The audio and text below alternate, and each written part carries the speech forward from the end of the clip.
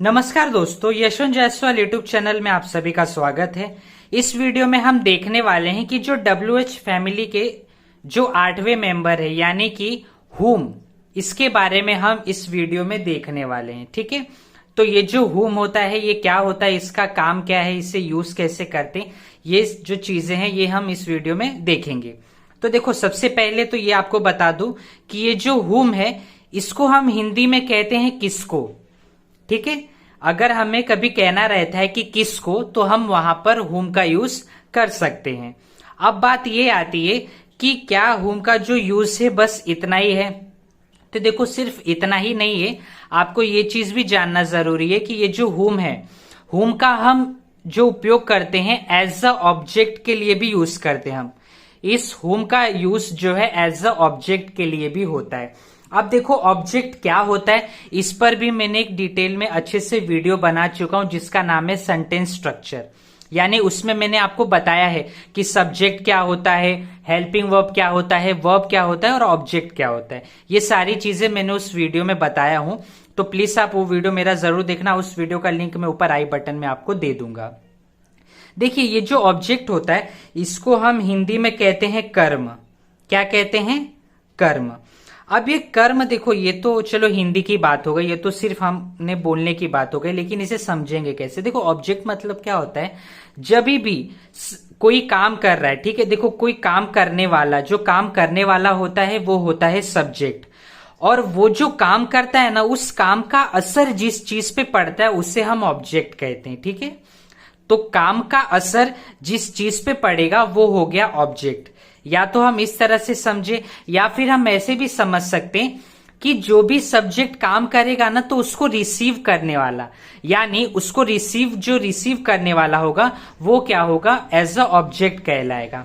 ठीक है, तो ये तो मैंने आपको समझाने वाला बात बोला। अब मैं आपको कुछ एग्जाम्पल लेके बताने की कोशिश करता हूं। ठीक, अगर मैं ऐसा कुछ एग्जाम्पल लेता हूं कि जिसमें मैं कहूं कि आप इंग्लिश किसको पढ़ाते हो। ठीक है, हाँ या ना। मैंने क्या किया, सामने वाला कोई तो था जिससे मैंने पूछा कि आप इंग्लिश किसको पढ़ाते हो। तो यहां पर मैं क्या कर रहा हूं, देखो यहां पे मेरे सवाल को अच्छे से आप समझना। पहले तो मैंने क्या बोला, आप इंग्लिश किसको पढ़ाते हो, ऐसा। तो इसको अगर मैं इंग्लिश में लिखूंगा तो कैसे होगा, इसको मैं इंग्लिश में लिखूंगा कि whom do you teach English? whom do you teach English, फिर आ जाएगा क्वेश्चन मार्क। ठीक है, समझ में आप लोग को क्या हो गया, whom do you teach English, फिर मैंने लगा दिया क्वेश्चन मार्क। इसका मतलब क्या है कि मैं क्या बोल रहा हूं, आप या तुम, ठीक है, दोनों भी आप बोल सकते हो। तो मैं कहता हूं कि आप अंग्रेजी यानी आप इंग्लिश किसको पढ़ाते हो। ठीक है, ये चीज। तो अब यहां पे अगर आप देखोगे तो सबसे पहले हमको ये समझ में आ रहा है कि हुम का मतलब होता है किसको, तो वो हम समझ गए कि आप इंग्लिश किसको पढ़ाते हो। ये तो हो गई समझने वाली बात। अब यहां पे आप देखोगे तो ये जो हुम है ये क्या है, सामने वाला देखो क्या कर रहे हैं, एक तो है इंग्लिश पढ़ाने वाला और एक तो है इंग्लिश पढ़ने वाला। ठीक है, तो जो पढ़ाने वाला क्या हो गया, सब्जेक्ट हो गया, और जो पढ़ने वाला है, जो सामने वाला उस इंग्लिश को पढ़ रहा है, वो हो गया आपका ऑब्जेक्ट। ठीक है, तो यहां पे मैं क्या पूछ रहा हूं कि whom do you teach English, यानी आप जो है इंग्लिश किसको पढ़ाते हो, यानी आप इंग्लिश सामने वाले को पढ़ाते हो। ठीक है, तो सामने वाला क्या हो गया, आपका ऑब्जेक्ट हो गया। समझ रहे हो, यानी जो सब्जेक्ट काम कर रहा है उसका असर किस पे पड़ रहा है, सामने वाले पे। ठीक है, तो जो सामने वाला है वो हो जाएगा ऑब्जेक्ट, ये चीज। तो हम जो हुम का जो यूज है कभी कभी ऐसा जो है ऑब्जेक्ट भी होता है, ये चीज आपको समझ के लेना है। ठीक है, तो जो मैंने ऑब्जेक्ट पर डिटेल में वीडियो बनाया ना, तो जो मैंने वीडियो का लिंक आपको ऊपर आई बटन में दिया है, प्लीज आप वो वीडियो देखो, ऑब्जेक्ट के बारे में आपको और डिटेल में नॉलेज आ जाएगा। इस वीडियो में मैं सिर्फ आपको थोड़े बोलते हैं ना, थोड़ा हम ऐसा बोल सकते कि मोटे तौर पे मैं आपको यहाँ पे समझाने की कोशिश कर रहा हूं कि हुम क्या होता है और उसका ऐसा ऑब्जेक्ट कैसा यूज होता है। अभी जैसे मान लो आप भी, मैं अगर आपको ऐसा कहूं आज के टाइम आप देख रहे हो, अभी के टाइम फिलहाल क्रिकेट में जो है वर्ल्ड कप चल रहा है। ठीक है, आपको जो लोग क्रिकेट देखते हैं, जिनको आइडिया है क्रिकेट के बारे में, तो उनको मालूम होगा अभी के समय 2023 में हमारे भारत में यानी इंडिया में वर्ल्ड कप चल रहा है। ठीक है, क्रिकेट वर्ल्ड कप 50 ओवर का, जिसको हम ओडीआई वर्ल्ड कप कहते हैं। तो अगर मैं आपसे ऐसा पूछूं कि whom do you support in world cup 2023, ठीक है, मैंने क्या बोला कि आप 2023 के वर्ल्ड कप में किसको सपोर्ट कर रहे हो, मैंने ऐसा आपसे पूछा।